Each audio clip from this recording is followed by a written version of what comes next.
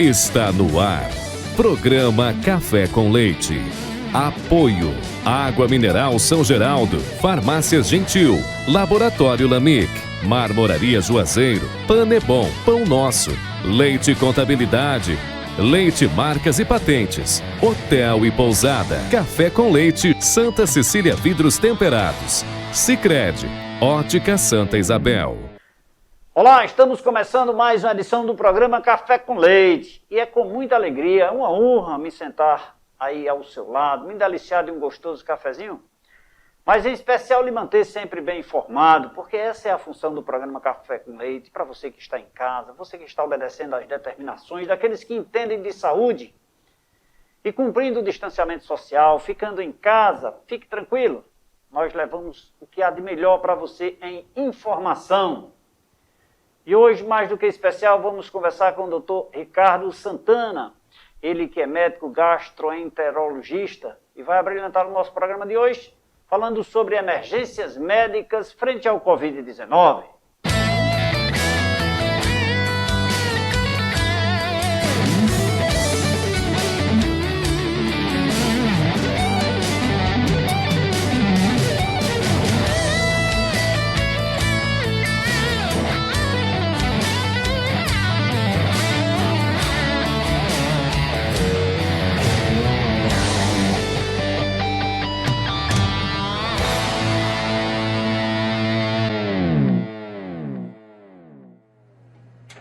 Doutor Ricardo, que alegria, rapaz, recebê-lo aqui no nosso programa para falar desse tema em voga, onde as pessoas, muita gente imaginando que não existe mais Covid, mas nós vamos aqui tentar puxar a orelha do povo para dizer que ainda existe e vamos ter cuidado, né? Seja bem-vindo, doutor. Com certeza, com certeza. É alegria minha também estar aqui, com certeza. Vamos retomar alguns temas que são sempre importantes, mesmo nessa fase que a gente ainda está vendo o Covid aparecendo, é importante a gente relembrar de coisas essenciais sobre o Covid. E esse cumprimento das obrigações essenciais, dos distanciamentos, do uso da máscara, isso aí, nem falar em abandonar, né, doutor? Não, nem falar, não. A gente está começando a ver que na região parece que está diminuindo a quantidade de casos, de pacientes internados, de atendimentos em emergência, certo? Mas todas as recomendações continuam em vigor. De manter o distanciamento social, evitar aglomerações e manter o uso de máscara, que é uma das coisas que são mais eficazes para se evitar a disseminação do vírus, evitar que novas cepas que estejam circulando se disseminem ainda mais. Então, é manter o uso de máscara, manter todas aquelas outras recomendações. Certo. Doutor Ricardo, o senhor também tem uma especialização que é de medicina interna, né? É, exatamente. Que fica dentro do hospital ali acompanhando os pacientes, é isso? É, isso mesmo, isso mesmo. Na verdade, essa história da medicina interna, esse termo ele é muito utilizado em outros países, certo? Na Europa, nos Estados Unidos, eles usam oficialmente esse termo de medicina interna, que aqui no Brasil é conhecido como clínica médica, né? Sim. Que é uma das principais residências de base que existe, e depois dela que o médico clínico ele vai fazer outras especializações, como cardio, gastro, que no caso é a minha, né? Endócrino, tá certo? Então são as especialidades clínicas e todas elas por base tem a clínica médica, que em outros países é chamada de medicina interna. E é muita especialidade que está voltada para os problemas de saúde não cirúrgicos dos pacientes, especialmente do ambiente hospitalar. Então, o médico que tem essa formação é um médico que ele, em geral, trabalha vendo os pacientes internados, no geral em setores de enfermaria, mas que ele também tem a capacitação para atuar na emergência e para atuar na terapia intensiva, nas UTIs. Essa é a medicina interna. E o senhor vem explorando essa sua atividade com muita competência. Eu andei fazendo umas pesquisas sobre o exercício da sua atividade, para a gente bater esse papo aqui. E tomei conhecimento que o senhor é aquele médico que acompanha os pacientes, né, que estão ali na esperança de uma recuperação, especial nesse período de Covid. O senhor vem acompanhando isso com frequência, né? Demais, na verdade. Desde que a pandemia eclodiu e que ela chegou com força aqui no Cariri, né, mais ou menos maio do ano passado, eu já vinha trabalhando nos hospitais aí como médico internista, em setores de enfermaria e de UTI, e aí quando chegou toda essa demanda aumentada de pacientes Covid, né, era uma coisa nova, né? Todo mundo teve que se propor a estudar novamente quanto ao Covid e como a gente podia usar nosso conhecimento de medicina interna para tratar esses pacientes do Covid. E desde então eu entrei nessa. Passei a atuar frente aos pacientes Covid em todos os ambientes, emergência, terapia intensiva e enfermaria, desde então e é onde eu ainda estou até esse momento, além das minhas outras especialidades. Muito bem, que bom, que bom, que bom. Nós precisamos de profissionais, é o que eu tenho dito aqui no programa. Os profissionais de saúde vêm se dedicando de forma muito, aí eu vou usar um termo que tem um especialista, com muita intensidade, eu sei, intensivista, né? Uhum. Com muita intensidade no combate a esse Covid. E as pessoas, aí são palavras minhas, as pessoas não contribuem, né, para que se evite isso, né, doutor? Porque eu acho que se nós, alheios à saúde, tomarmos os nossos cuidados, as nossas cautelas, com certeza vocês trabalhariam menos, né, digamos assim, né? Teria uma preocupação menor, né, doutor? Provavelmente, porque é um vírus muito infeccioso, certo? E por isso que foram desconhecido, né? Ninguém conhecia, ninguém previa que ia ser desse tamanho a pandemia, né?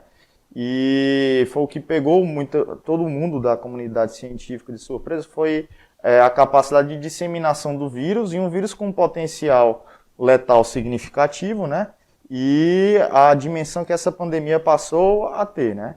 Então, foi isso que pegou todo mundo de surpresa e todo mundo teve que se preparar às pressas. E esse poder de transformação, né, dele é muito rápido, né?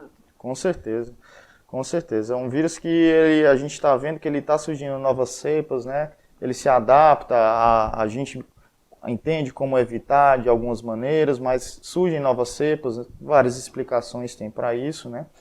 E uma das razões que a gente sabe são os furos que houve, né? Isolamento, essas coisas. É uma das coisas que fez com que o vírus amplificasse a ação dele, né?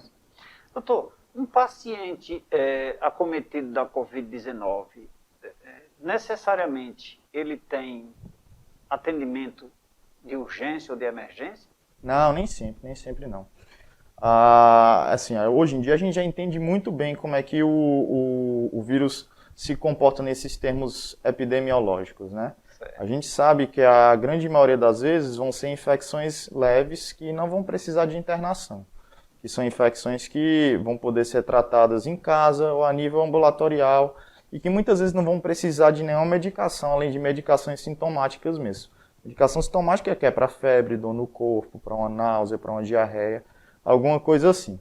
Só que como o vírus é muito infeccioso, a pessoa que tem uma doença leve, ela pode contagiar várias outras e algumas pessoas elas podem ter uma suscetibilidade a uma doença mais grave. E aí onde está o problema? Aí que está o problema. Questão, né? Isso.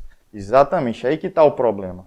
E o problema dos pacientes que fazem uma doença mais significativa e que precisam internar é que desses que internam, o percentual dos que vão fazer uma doença mais grave é relativamente alto. E dos que fazem doença grave é o percentual dos que, apesar de todos os esforços, acabam indo a óbito, é bem alto. É esse que está o grande problema do vírus. Muito bem. E esses cuidados é aí onde, durante todo o período da pandemia, desde março do ano passado, de 2020 para cá, doutor, nós estamos fazendo programa, gravando os nossos programas, muitas vezes de forma virtual, conversando com profissionais de saúde, e pedindo exatamente isso à população, tentando mostrar às pessoas que, independente de serem assintomáticos, mas são possíveis transmissores gravíssimos para as demais pessoas. A gente falava assim, para os pais, para os filhos, né? Uhum. Mas agora é para as demais pessoas, né? Então é um fato assim muito atípico, isso não é comum. Com certeza.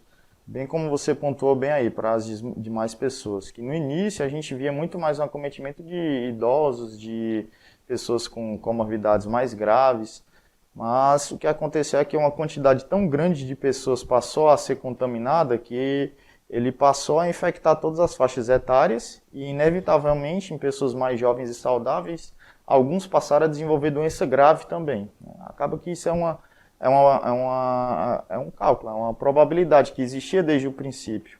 Então, no momento que você deixa que gente demais se contamine, Aí acaba que alguns que não eram do grupo de risco vão ter doença grave por uma questão de que era possível que isso acontecesse, era uma probabilidade. E é o que a gente tem visto, especialmente esse ano, na verdade. Gastos com publicidades não são despesas, são investimentos. As grandes empresas acreditam e investem em propaganda. Estamos passando por momentos difíceis, mas tudo isso vai passar. E quando tudo isso passar, as empresas que investem e acreditam serão lembradas. Inclusive, um grande abraço a todos que fazem a Sicredi Cariri. Doutor Ricardo, o senhor falou um ponto importante aí, comorbidade. Eu me lembro, no início dessa pandemia, se cuidava muito das pessoas de mais idade, né? Era. E se enxergava mais pessoas com mais idades internadas, né? Era. Levada a óbito, etc. e tal. Isso. Mas hoje nós enxergamos pessoas jovens que já estão, diga-se de passagem, indo também a óbito, né? Infelizmente isso tem acontecido. Tem algum indicador, tem alguma coisa durante esse tempo que demonstra porquê disso tudo, ou por que hoje atinge os mais jovens, ou porque essas pessoas também têm algum tipo de comorbidade, alguma coisa assim? Não? Olha, assim, o que a gente tem visto, do início realmente foi muito visada essa questão da idade avançada e das comorbidades mais graves. Isso permanece. Os mais idosos, eles ainda são mais infectados e fazem doença mais grave, e quando ficam mais graves, mais deles morrem, né?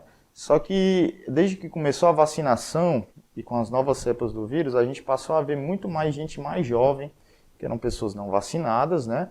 E que passaram a serem contaminadas e ter doença grave, certo? Tem várias hipóteses, para isso ainda tem muita coisa em estudo. Tem algumas coisas que falam a respeito das próprias cepas virais, tá? A outra é aquela probabilidade matemática mesmo, né? Se tem gente demais pegando o vírus, então vai acontecer de pegar em mais gente jovem. E um ou outro vai ter uma chance de desenvolver uma doença mais grave. Mas a gente também tem visto, mesmo nesses jovens, os pacientes de menos de 50 anos, aqueles que têm comorbidades, terem tido doenças mais graves. E, na verdade, a gente chama de comorbidade, mas algumas vezes são mais umas condições do próprio indivíduo. E uma das coisas que a gente mais tem visto, mesmo nesses mais jovens, são condições como obesidade, que parece que ser um dos principais fatores de risco, tanto para a contaminação, quanto para evoluir num curso mais grave de doença. É o que a gente tem visto, a boa parte dos jovens que fazem doença mais grave pertencem a esse grupo de pessoas com obesidade. E o vírus agora não está escolhendo, não. Inclusive crianças, né, também contaminadas, e isso vem se alavancando, e as pessoas ainda imaginando de que não existe mais Covid, né? O senhor falou em vacina, e eu lhe pergunto, a vacina tem, com esse processo de vacinação, tem melhorado? As pessoas podem se libertar um pouco mais? Ou se eu, por exemplo, já tomei a primeira dose, eu estou suscetível a pegar e ser um forte transmissor? Olha, tem muita coisa ainda sobre as vacinas que estão ainda em curso de serem descobertas. Certo. Essas vacinas do vírus, elas foram desenvolvidas em um tempo recorde na história da humanidade. Sim. A maioria das vacinas, do momento que elas começam a ser pesquisadas para o momento que elas são liberadas no mercado, leva 4, 5 anos ou mais, né? Mesmo com todas as tecnologias. Essa, como envolveu um esforço global, era o mundo inteiro que precisava, então as empresas farmacêuticas responsáveis se organizaram de uma forma mais eficaz para tentar acelerar esse processo. Então elas, na verdade, chegaram ainda com alguns desses dados que habitualmente a gente tem, eles ainda não estavam tão completos. E aí, mas era o que a gente tinha, por isso que é importante que todos se vacinassem. E a gente começou a ver a experiência de outros países, de que eles começaram a ter sucesso nisso. E começaram a voltar para uma normalidade, que é o que a gente quer. A gente quer um dia voltar à vida como ela era antes, né? A gente ter a liberdade de circular, de a gente não ter tanta restrição de tanta coisa, né? E a arma que a gente tem são as vacinas, e é o que a gente vê que outros países do mundo estão conseguindo chegar. Essa é a nossa esperança. E tem se demonstrado, em detrimento até de outras vacinas de outras doenças, que o melhor meio de combate, eu não diria de combate, porque os que nós praticamos sem ingerirmos medicação, como isolamento e uso da máscara, é o meio de combate. É um meio eficiente, é a vacina, né? Exatamente. Não tem medicamento, por enquanto, para a Covid direcionado, né? Infelizmente, até o momento, para a Covid não tem. Assim, como a boa parte das doenças virais, na verdade, sabe? Existem alguns antivirais para alguns vírus específicos, e mesmo esses antivirais que são específicos, a gente tem muito medo de doença viral grave, porque eles não são tão eficazes em geral como um antibiótico é para uma bactéria. Por isso que, para vírus, o melhor sempre é prevenir, é vacina. E lembrando que essas vacinas, de qualquer forma, elas estão sendo aplicadas, porém não é eterna não, né? Como a vacina da gripe aí, tem que todo ano... Exatamente. E é uma das coisas que a gente ainda espera vir a descobrir, né?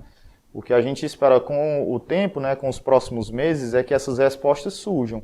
Né, do quanto que essas vacinas são eficazes, será que a gente precisa se revacinar? Então, isso são respostas que ainda estão por vir.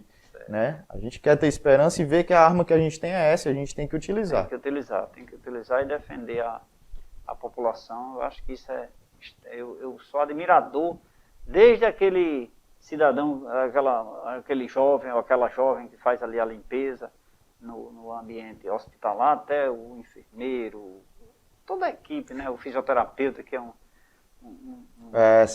eles se tornaram figuras que eram não adequadamente reconhecidas no passado, o trabalho da fisioterapia, né? A gente passou a ver o quanto eles são absolutamente necessários para a atuação desses pacientes. Eles estão na linha de frente também, eles são dos grupos da linha de frente, né? Sim. Eu quero aproveitar aqui e dizer para você, querido telespectador, que o Dr. Ricardo é filho do meu querido irmão e amigo Dr. Antônio Bonaparte de Santana Ferreira. Eu vou até confessar uma coisa aqui, eu não sei, eu não me recordo bem, mas me parece que se ele não foi um dos primeiros se não for o primeiro fisioterapeuta do Juazeiro... né? Eu acho que ele foi sim. Eu acho que ele foi, né? Na Rua Conceição ali. Isso, lá na Rua Conceição. Fui contador dele, mas não sou tão velho assim não. Ele é mais velho que eu, viu? Filho de Gumercindo Ferreira. Exatamente. Só está encerrando esse bloco enquanto a menina prepara um cafezinho. Eu morria de medo de doutor Gumercindo, ou de Gumercindo, do pai dele, viu? Rapaz, era uma loucura, eu pequeno, e ele pegava os meninos que jogavam bola na rua e prendia, né? Eu queria ver tudo, menos Gumercindo, que era o pai dele, né? Mas fica aqui um abraço para ele, Fátima, minha querida amiga Fátima, grande parceira. Um grande abraço a todos que fazem a água mineral São Geraldo. Doutor Ricardo, por falar em água, vamos tomar uma água? Bora, na hora. Por favor, aqui eu servi aos meus convidados. Depois desse Covid-19, eu digo, olha a água aí. O senhor toma um cafezinho? Na hora. Por favor. Gosto mais de café. Por favor, aqui, esse veio preparado especial aqui para os nossos convidados. Quer conhecer um pouco mais sobre este tema, emergências médicas frente ao Covid-19? Continue ligado no nosso programa, nosso intervalo é rapidinho. Daqui a pouquinho a gente volta.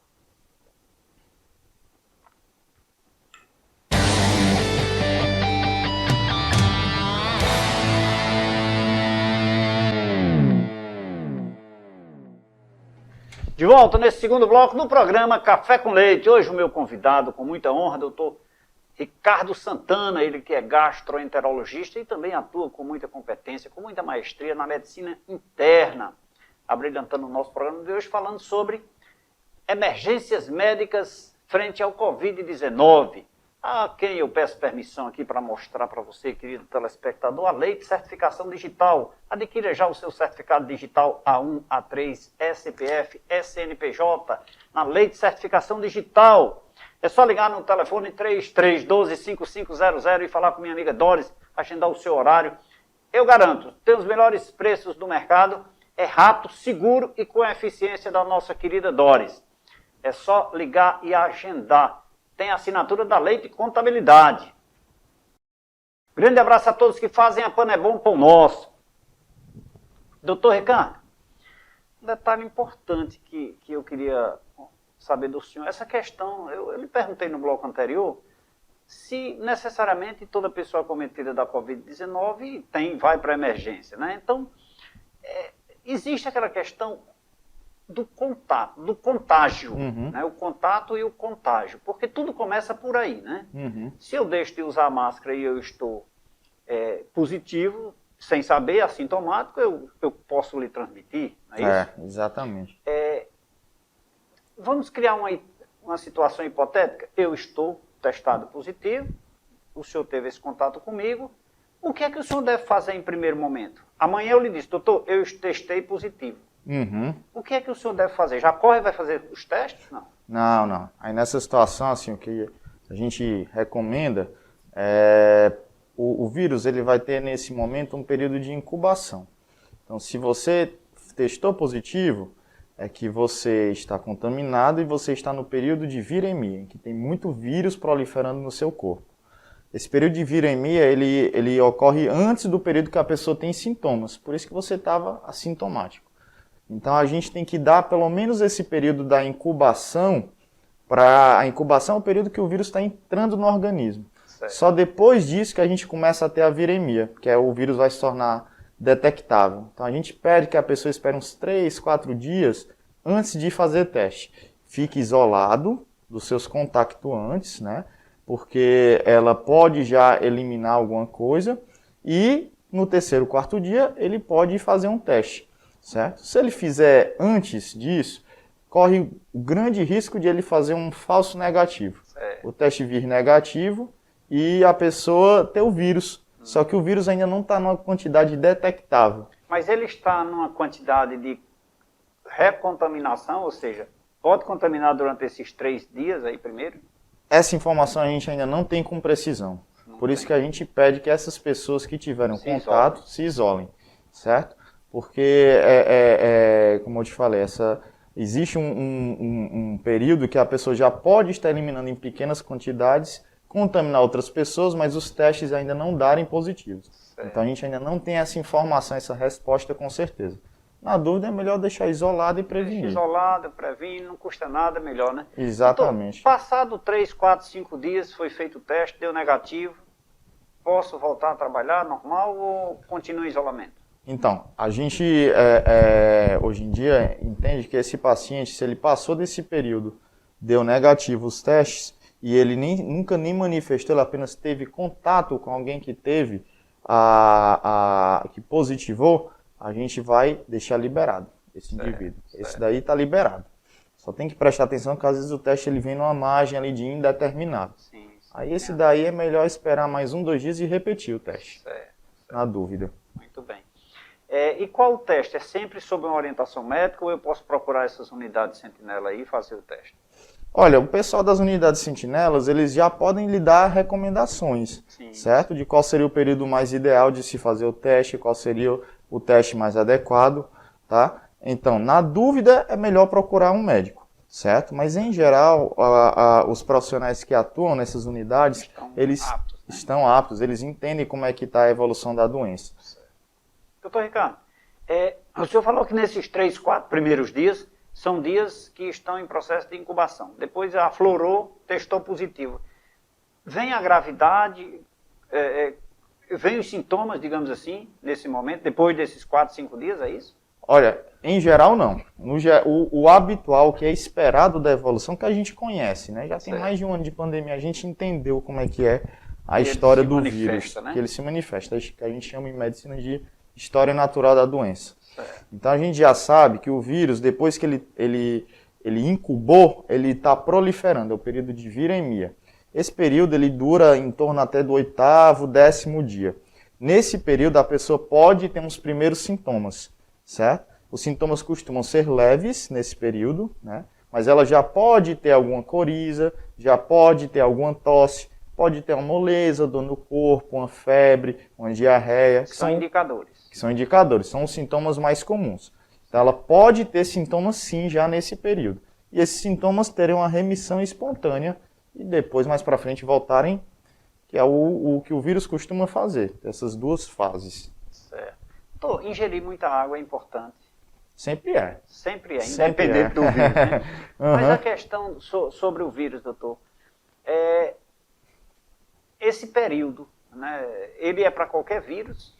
mesmo que seja do H1N1, esses demais vírus aí que tem, Sim. sempre obedece a esses critérios, ou nós estamos falando exclusivamente do Covid, do coronavírus? Aí? Então, todo vírus, ele tem, na verdade, não é só todo vírus, todo patógeno, todo germe que causa uma doença, ele tem esse período de incubação, que é o período que ele chegou em contato com o organismo, ele começa a crescer ali, e se as primeiras defesas não forem capazes de eliminá-lo, aí ele vai realmente crescer e a partir daí que ele vai causar uma doença. Então esse primeiro momento a gente chama de incubação, é o período que o vírus, a bactéria, qualquer que seja... Está plantando a sementinha dele ali. Está plantando a sementinha, exatamente, e vai crescer. Se der certo é que ele vai causar a doença. E se o paciente tiver comorbidade, parece que alimenta com mais intensidade para ele aflorar. Com certeza, com certeza, porque o que tem a comorbidade é exatamente que a primeira linha de defesa do organismo ela é menos eficiente ainda. Então, ele se prolifera numa quantidade maior, se dissemina mais rapidamente pelo organismo, e se tem mais vírus circulando, então a chance de que a doença se desenvolva com mais intensidade é muito maior. Essa questão do distanciamento social, da lavagem das mãos, eu tenho sempre dito aqui no nosso programa, eu sempre encerro com essas palavras, até porque lá na nossa empresa, lá em Leite Contabilidade, é uma obrigação. Quem não tiver com álcool na mesa, não higienizar seus equipamentos na chegada e durante o dia, de vez em quando, viu? Já está mudando de cor lá. As mãos, com muita frequência, lavar, usar máscara, trabalhando, usando máscara. Não quero saber. Isso eu brigo com muita frequência com eles, sabe? Mas eu acho que eu estou agindo correto, não estou, doutor? Não, eu concordo demais com você, eu faria o mesmo. É o que eu recomendo também. Distanciei demais assim as pessoas. Por quê? Isso por causa das gotículas, esse distanciamento, esse uso da máscara evita? A ideia principal é essa mesmo. Né? Quando você, já que é um vírus respiratório, por que a gente faz o swab nasal? Porque é o primeiro local que o vírus coloniza. É a mucosa nasal, a mucosa respiratória, também na boca, na faringe, na garganta, ele vai estar lá. Tá? Então, se ele coloniza aí, se ele se liga às células dessa região, né, ele também é eliminado por essa região. Então ele é eliminado não só na tosse, no espirro e na coriza, mas quando a gente fala, sem perceber, a gente emite essas gotículas, né, e o vírus pode estar dentro delas, certo? E essas gotículas, elas viajam por uma determinada quantidade de tempo e de espaço, né? Então, se você mantém a proximidade grande e fala sem proteção, essas gotículas estão sendo disseminadas, a pessoa que está próxima a você pode, numa respiração normal dela, inalar uma dessas gotículas e o vírus que está lá dentro começa a proliferar. Então, por isso que a gente recomenda tanta máscara e as duas pessoas usarem máscara. Porque se você tiver, você já está tirando as gotículas que você está eliminando, você está protegendo o outro. Certo. E se outra pessoa usa a máscara ela própria, então ela se protege, né? Mas se todos colaborarem, se cada um pensar não só em si, como também nos outros, né? Que é essa a ideia de todos usarem máscara, a possibilidade de disseminar a doença reduz demais. Por isso que a gente recomenda com tanta veemência esse uso de máscara. Doutor Ricardo, eu ia brigar com o meu telespectador aqui, me dá essa imagem aqui, João. Eu ia brigar com o meu telespectador agora, mas eu tenho um número muito pequeno de telespectador que se recusa à vacina e que não quer usar máscara. Então, eu não vou aqui dizer umas verdades aqui para vocês não, viu? Porque o número é pequeno, muita gente respeita, muita gente usa máscara, muita gente obedece o distanciamento. Os que me assistem, que querem continuar me assistindo durante muito tempo. Então, para essa minoria aí, fica aqui a nossa puxada de orelha para você. Olha aí a orientação médica. Sempre eu digo aqui, aqueles que entendem de saúde. Eu não entendo nada de saúde, tá certo? E trago aqui os profissionais para conversar com a gente. E olha aí, eu provoco essas perguntas exatamente para puxar a sua orelha de forma indireta. Portanto, olha, vamos nos vacinar, vamos usar as máscaras, o distanciamento e lavar essas mãos, gente. Lava essas mãos. Eu não sei porque tem gente que passa o dia inteiro sem lavar as mãos. A minha eu perdi até a digital, não consigo mais com tanto álcool e tanto sabão aqui. Um grande abraço a todos que fazem a rede de ótica Santa Isabel. Doutor Ricardo, essas pessoas que estão contaminadas, eu preciso lhe provocar isso exatamente pela questão da proliferação, porque é o que mais preocupa. Não é nem tratar as pessoas que estão doentes, né? Sim, também, lógico, não resta com certeza. dúvida. Mas assim, como você disse no início, se evitar esse processo de contaminação, teremos um controle maior nos hospitais, né? Com certeza. Acho que você tocou num ponto aí muito importante, né? Que foi uma das coisas que mais impactou todo mundo. Foi porque o Covid ele vem em massa. Como ele se dissemina demais, então é gente demais adoecendo ao mesmo tempo. E não é só muita gente adoecendo, é muita gente adoecendo de forma grave que precisa tratar em UTI. Então esse sempre foi um medo desde o início, e isso aconteceu, a gente viu bem, um aumento absurdo da necessidade de terapia intensiva, e não só podia faltar a estrutura física, nenhum lugar do mundo estava preparado, né? Ninguém, nunca foi previsto que o mundo ia precisar de tantas UTIs assim. Mas também do próprio material humano, certo? Sim. E no final a gente chega bem à conclusão que o que faz a grande diferença é ter um material humano, é ter toda a equipe de saúde, médico, físio, enfermeiro, técnico e o pessoal de suporte, né? Para estar atuando lá. Se não tiver o bastante, não tem estrutura física que consiga comportar. E o problema do Covid já é isso, ele faz faltar a estrutura física e sobrecarrega as pessoas que trabalham. Né? Cansado já depois de um ano e tanto. Né? Com certeza. Ô, doutor Ricardo, tem uma coisa também que me preocupa e eu tenho certeza que o meu telespectador também. Veja só, na família tem uma pessoa contaminada.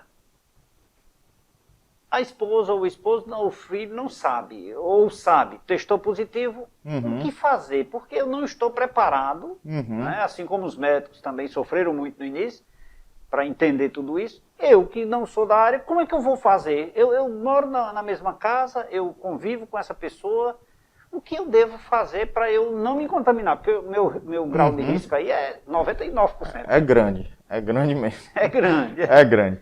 Assim, o que a gente sempre tenta recomendar é que tente se fazer um isolamento domiciliar.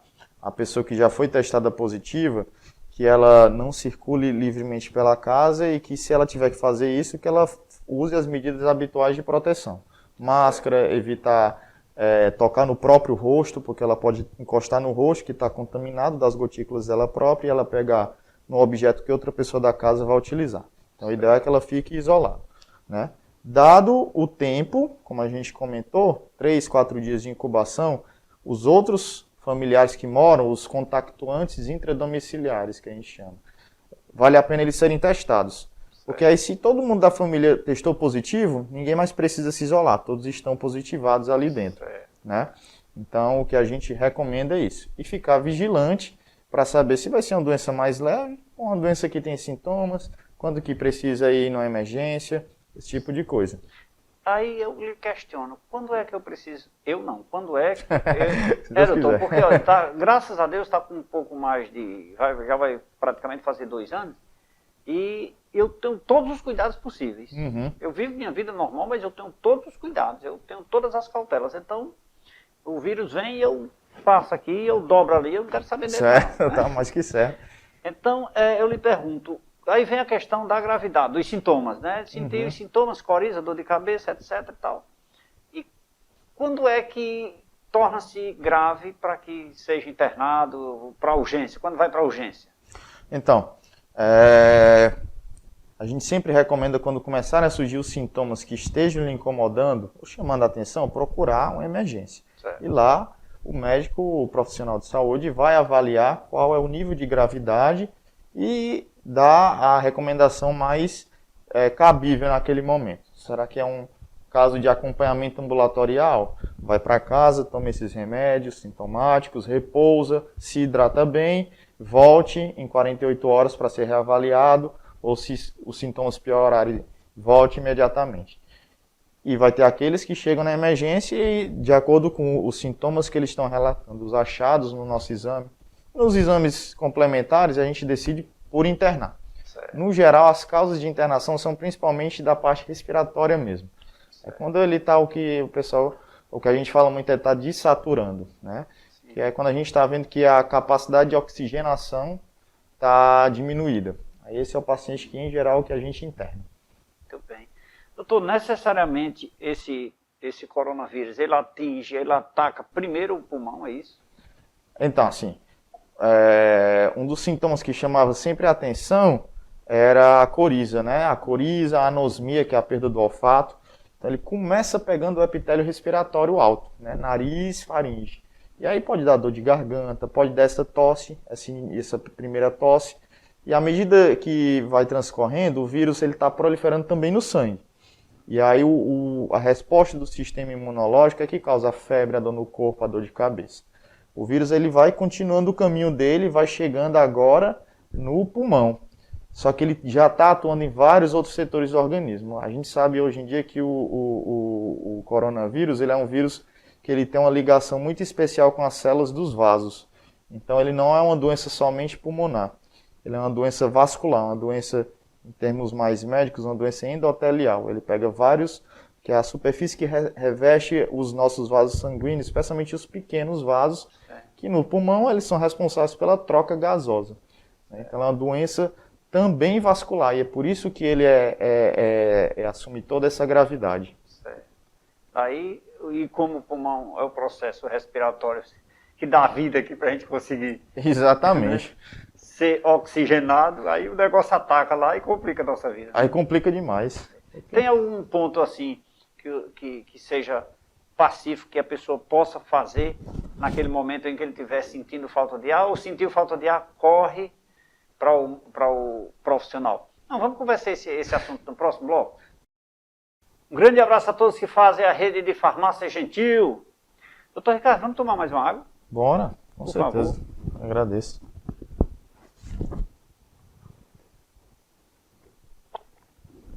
E mais um cafezinho, é claro, né? É, sim. Eu gosto de café demais, viu? Depois eu vou convidar seu pai, viu, para vir aqui tomar um cafezinho comigo. Doutor Bonaparte, um grande abraço, mais um abraço aqui para você. E eu espero, vamos combinar aqui para você vir saborear o nosso café. Quer conhecer um pouco mais sobre essas ações do Covid-19? O que devemos fazer para nos protegermos? Continue ligado, nosso intervalo é rapidinho, daqui a pouquinho a gente volta.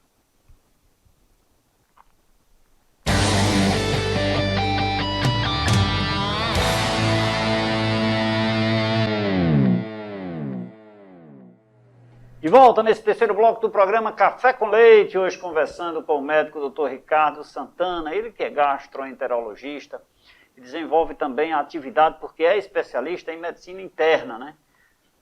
E abrilhanta o nosso programa de hoje falando sobre esse tema, um tema em voga, né? Falando sobre o combate a esse Covid-19, as emergências e urgências do Covid-19, né?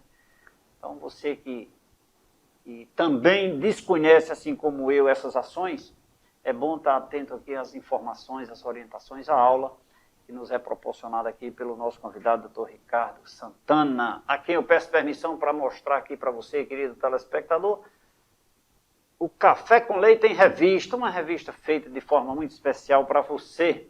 Mande buscar o seu exemplar, mande uma mensagem para as nossas redes sociais que nós enviamos para você gratuitamente.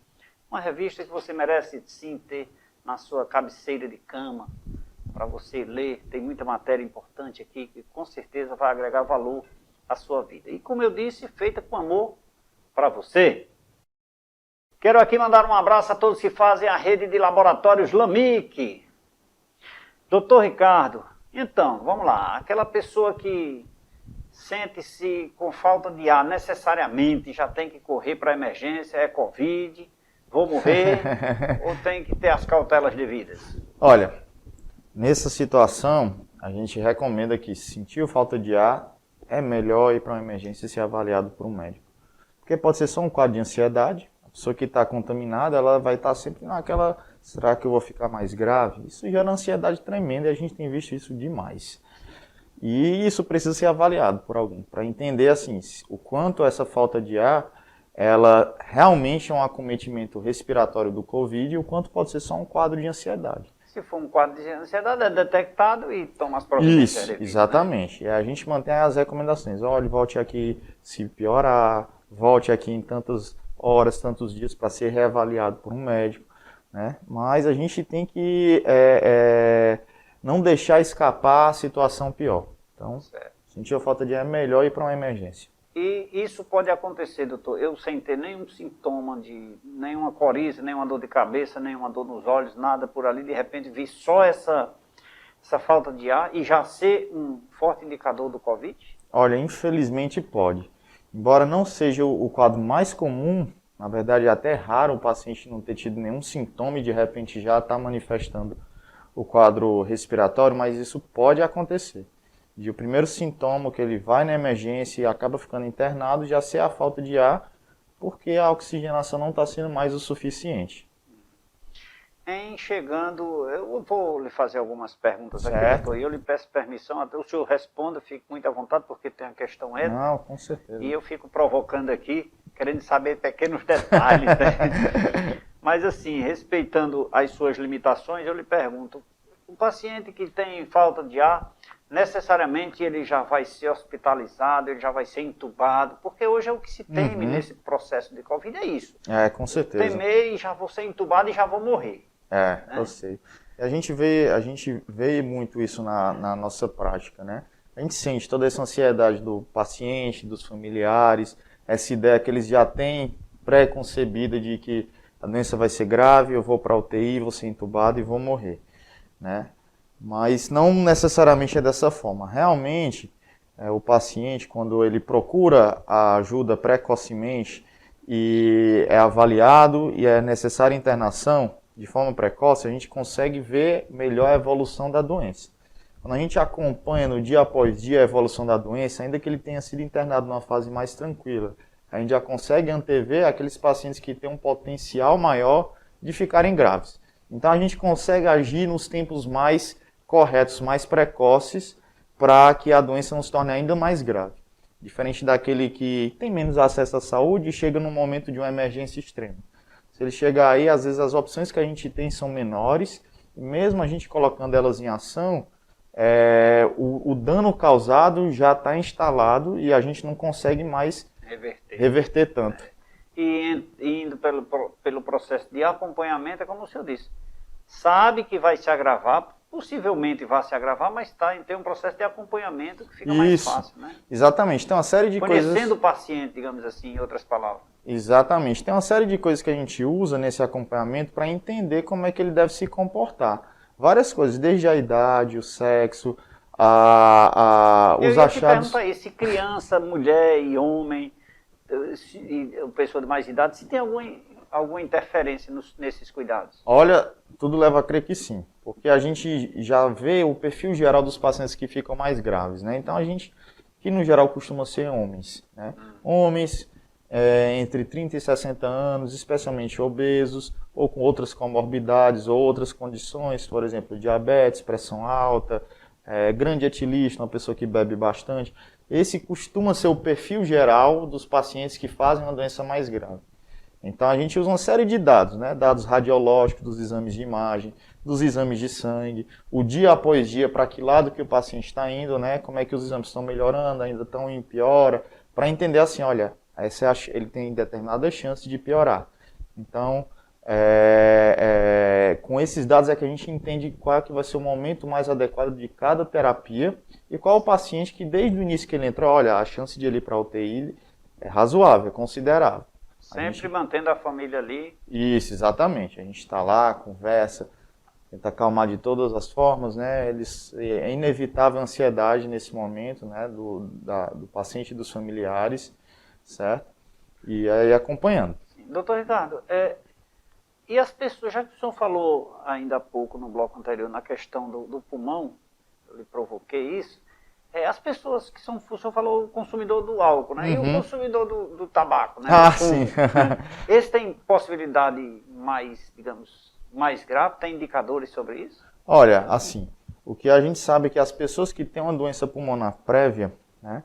Elas costumam ter uma chance maior de fazer uma doença mais grave, porque elas já podem ter... Em qualquer sentido, né? Exatamente, porque elas já têm uma doença pulmonar por baixo, por trás, né?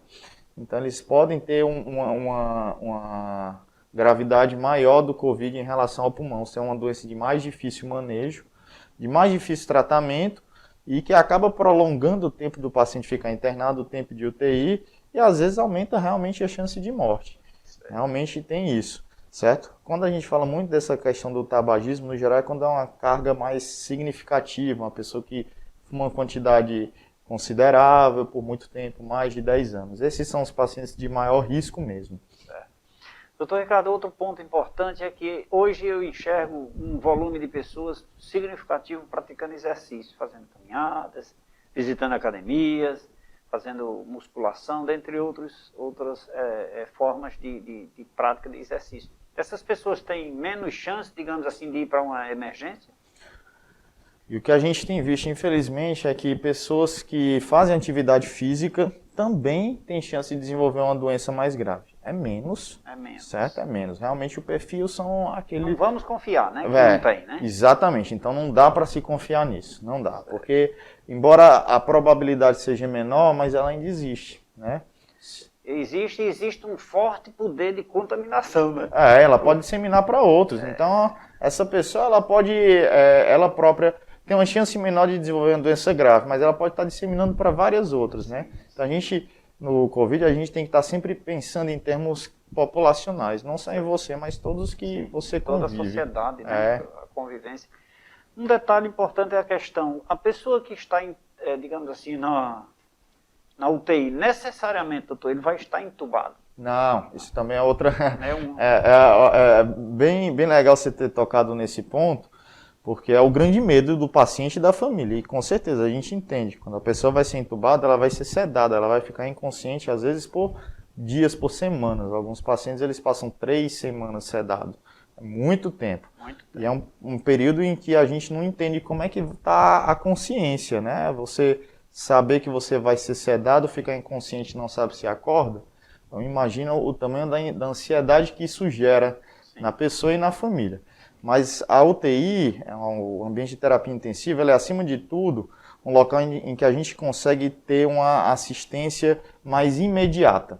A quantidade de pacientes é menor, é um ambiente bem controlado, que o paciente está monitorizado de todas as formas. Então ele está cheio de eletrodo pelo corpo, que a gente quer saber em tempo real tudo.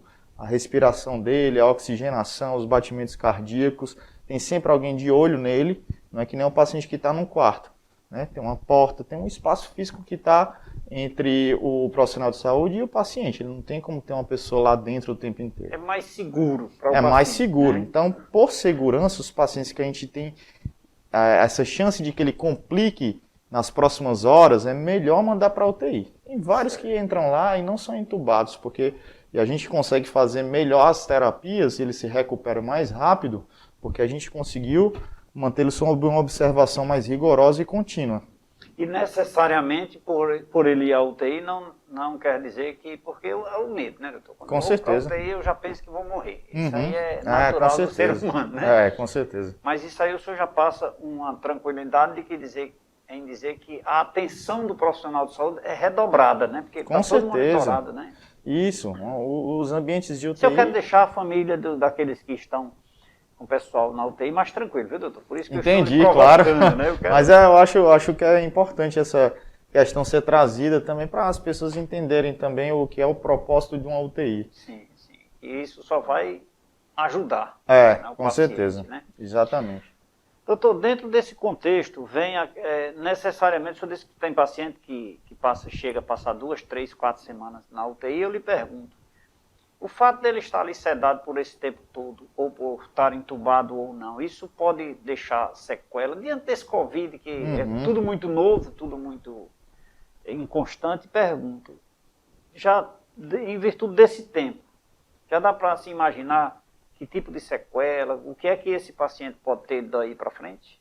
Sim, não só pode, como deixa mesmo. A gente tem visto, sempre todo paciente que passa por esse momento crítico, ficou em terapia intensiva há muito tempo, foi um paciente que a gente chama de crítico. Ele esteve com insuficiência orgânica, um sistema que estava com um funcionamento mínimo e precisou de um suporte de vida, né? Um suporte cardíaco, respiratório, neurológico, renal, certo? Esse paciente ele vai sair com alguma sequela. Essas sequelas, às vezes, elas são recuperáveis em prazo de dias, semanas, meses, e algumas elas podem realmente ficar permanentes, certo? E a gente tem visto que no Covid existe esse tipo de sequela a nível tanto neurológico, né, que pode persistir por semanas a meses, tá? A gente tem visto isso, respiratório e também muscular. A gente precisa estar sempre em movimento para a nossa musculatura se manter funcionante. Se o paciente está deitado ali há 3 semanas, sedado, o músculo dele não tem nenhum estímulo, ele atrofia demais, atrofia, desnutre, e para ele voltar ao estado anterior dele é todo um processo de reabilitação que começa no hospital, mas ainda vai se prolongar por várias semanas enquanto o paciente está em casa, indo numa clínica de reabilitação. Então isso Mas o importante é sair, né? É importante mesmo que é saia sair. ali Sim. com a passividade de um restabelecimento, né, oportuno, né? Vai da boa vontade, do desejo. Aí isso atinge também, eu presumo também, doutor, que deve atingir o psicológico, né, desse paciente, né? Sim, atinge sim. E atinge de várias formas, sabe? Assim, a gente já tem bastante disso visto e tem literatura científica que mostra que o paciente que passa muito tempo, ele está sedado, mas ele ainda percebe alguma coisa do ambiente, né? E aquilo pode ser interpretado para ele de uma forma meio ansiosa. Então ele pode sair, quando sair da UTI, ficar ainda por um longo período com essa ansiedade, pode desenvolver um transtorno do estresse pós-traumático, é uma condição psiquiátrica, né? Ele pode ter esses períodos de desorientação, a gente sabe que isso existe, associado ao quadro de gravidade que ele teve, né? Problemas de depressão, de ansiedade, a própria limitação que o Covid pode deixar durante semanas a meses no paciente, né? Isso contribui para a saúde mental, então a gente sabe que ele tem esse impacto também. Doutor Ricardo, chegando ao final do programa, eu vou lhe fazer uma pergunta direta e eu queria que o senhor me respondesse de 1 a 10. Qual a nota o senhor daria ao profissional de saúde quando vê um paciente saindo de uma UTI? Rapaz, olha, eu vou falar de mim mesmo e dos meus colegas, né? De todos eles, né? A gente gostaria que a população também desse essa nota, né? Sim. Porque a gente está lá para se dedicar... Eu vou lhe dar, viu? Eu não vou esperar o senhor responder não, viu? Eu acho que o senhor é merecedor de um 20. Mas assim, a alegria, acima de tudo, é sua em ver o resultado de um trabalho, de uma dedicação, empenho que os profissionais de saúde têm em relação àquela pessoa, que é uma vida, né? Com certeza. Então assim... essa nota que eu peço para o senhor atribuir é em detrimento da alegria que o senhor deve sentir, ou os profissionais de um modo geral, não somente o médico, mas toda a equipe, deve sentir em ver aquilo, o fruto do trabalho. Com certeza. Eu acho que é uma nota 100 é pouco, né? 100, com certeza. 100 é pouco. 100 é pouco, de ver assim, o que precisou do esforço de todos ali, todos os profissionais, né? Cada um tem sua nota 100 para lá. Com certeza, e não só os da saúde também, todo o pessoal do suporte, né? O pessoal que está lá para fazer com que os hospitais funcionem, né? O pessoal da limpeza, o pessoal da segurança, da recepção, e precisou do empenho de todos sempre, o tempo todo. E tem uma hora que cansa, tem uma hora que desmotiva, mas a gente precisa estar mantendo isso para que as coisas funcionem e consiga o sucesso de tirar o paciente. Com certeza. Eu lhe desejo sucesso, que Deus lhe abençoe. Continue enfrentando e batalhando e derrubando esse vírus aí que vem atrapalhando a vida de tanta gente. Doutor Ricardo Santana, abrilhantando o nosso programa de hoje. Eu vou aqui fazer um rápido intervalo de apoio cultural. Vou tomar um cafezinho aqui nos bastidores e daqui a pouquinho a gente volta. É rapidinho.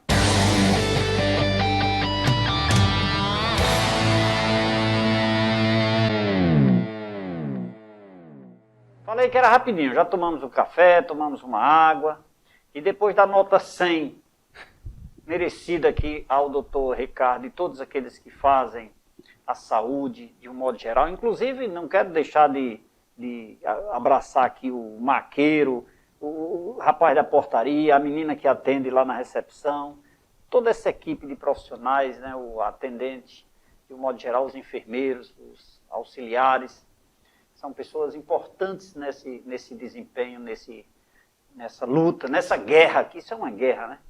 Doutor, muito obrigado, fiquei muito feliz com a sua contribuição aqui no nosso programa. Espero tê-lo novamente aqui noutra oportunidade para a gente discutir novos temas, ou quem sabe até falando sobre a alegria de ter vencido o Covid, né? Com certeza, com certeza, eu agradeço e fico muito honrado de ter estado aqui. Doutor, o senhor atende aonde, hein?